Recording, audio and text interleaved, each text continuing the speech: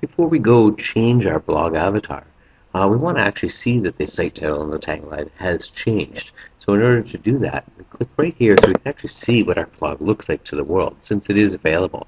We're going to see that it changes, and we've got testingicc.edublogs.org, and here we go. We've got our name, and then this is our actual site tagline.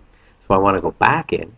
I can scroll down and just see, oh, hey, okay, so this is what it looks like. Neat. We've got some categories and archives and different things that are already put in there automatically. It's got some sample pages and the home and an RSS feed, which I'll talk about later. But we want to go back in. Let's edit our profile. Let's get back in there and edit.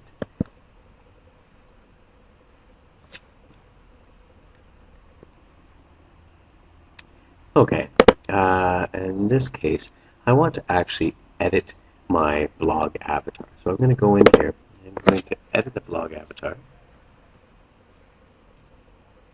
and I'm going to choose a file. Now, I don't have a file yet made, so this is where I'm going to open up Photoshop, and I'm going to just create something that's a square. Okay, so I'm going to say new, and with new, I might as well just call this a blog avatar. And I'm going to leave it at 120 by 120, the resolution. Okay, I'll leave it RGB color with white background, and I'll say okay. Okay, here we go. So I'm just going to create something quite simple here, and because I'm using CS3, it might be a little bit different than CS5, which you're used to, but I'm just going to hold down one of these, and I'm going to get a paint bucket. I'm going to change the color by clicking on this top one here. Maybe I want to have a red background. Very cool. And I'm going to come over here and I'm going to make a new layer. And on this new layer, I'm going to change the color again because I'm just going to put in a little bit of text that's just going to say Tom or something like that. Here we go. Actually, Mr. J. And I notice that that's coming out wrong. So if I move my cursor down, I can just drag this in here. But it's too big. So I need to select my text, change the size, and maybe I want to change my my style and everything right now. Let's see, I'm not going to do too much. I just want to get a quick avatar. Very cool. Okay, make it a bit bigger. That looks great.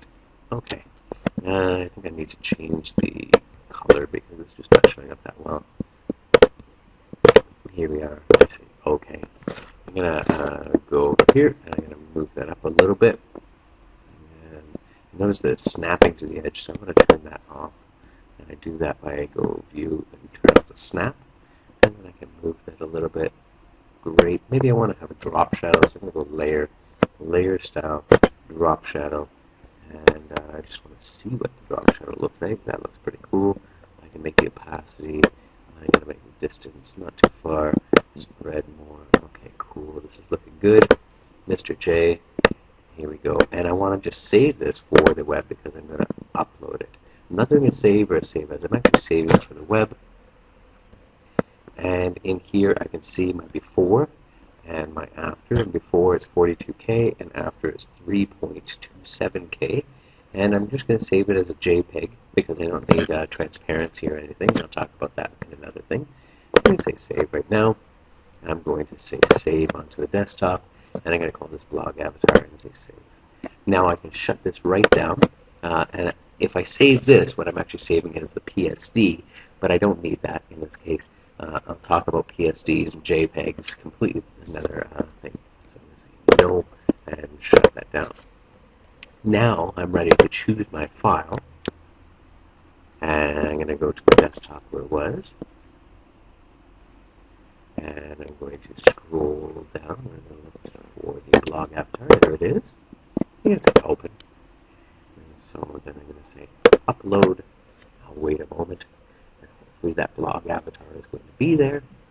And maybe I'll change it later. There it is. Great. I can crop the image a bit if I want, but in this case I don't really want to crop it. I want to have exactly what's there. I'm going to say crop that image.